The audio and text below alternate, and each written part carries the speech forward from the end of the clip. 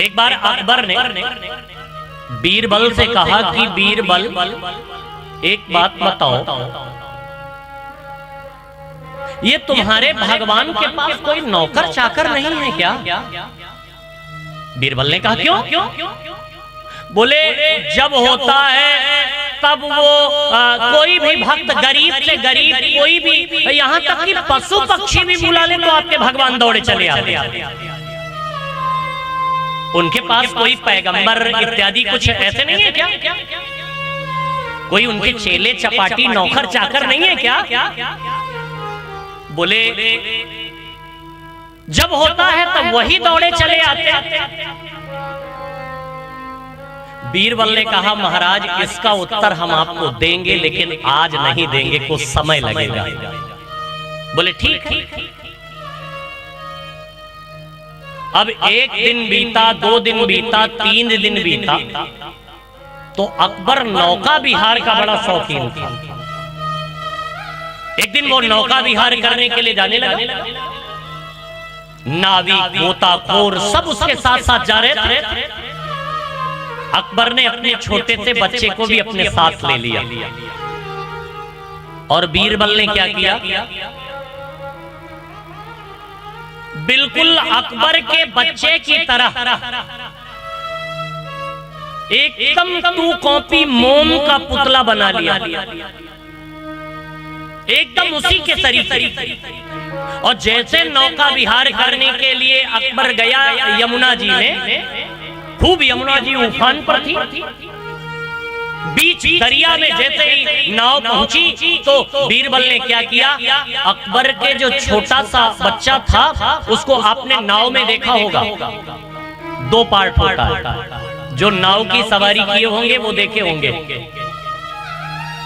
नाव में 2 पार्ट होता है, बीच में थोड़ा गैप होता है। तो बीरबल ने क्या किया? अकबर के उस छोटे से बच्चे को महाराज उस बीच वाले पार्ट में डाला और मोम के पुतले को यमुना जी में फेंक दिया।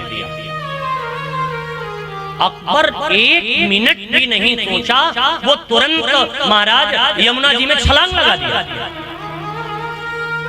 और जैसे वो छोटे से बच्चे उस मोम के पुतले को उठा करके लेकर के घाट पर आया,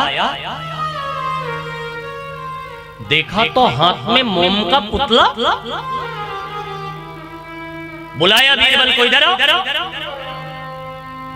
बोले जी हुजूर। बोले तुमने इतना बड़ा मजाक किया मेरे साथ, तुमको थोड़ा सा भी डर नहीं लगा कि मैं तुमको मृत्युदंड दे दूंगा?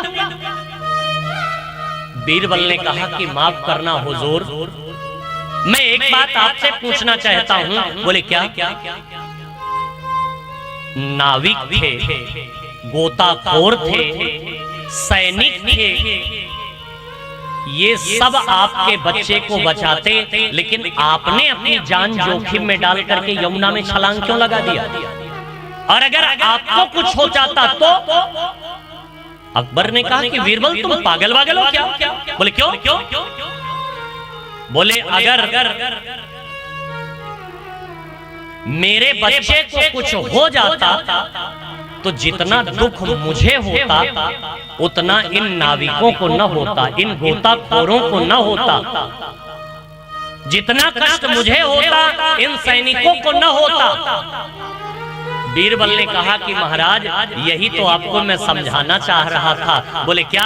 बोले मेरा भगवान भी यही सोचता है, जब उनका कोई भक्त बुलाता है तो वो नाविक, गोताखोर इन पर भरोसा नहीं करते। क्यों? क्योंकि अगर भक्त को जरा सा भी तकलीफ हो गई तो जितना कष्ट मेरे ठाकुर जी को होगा उतना उन सैनिकों को, नाविकों को, गोताखोरों को नहीं होगा।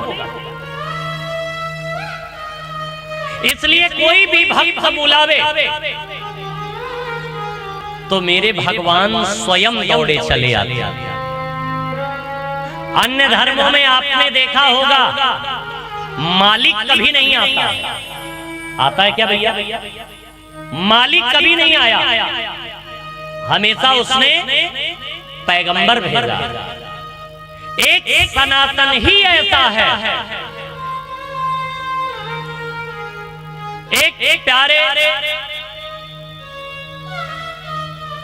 सनातन ही ऐसा है जिसमें ठाकुर जी स्वयं चल करके आते हैं अपने भक्तों के पास। स्वयं भगवान चल करके आते हैं अपने भक्तों के पास।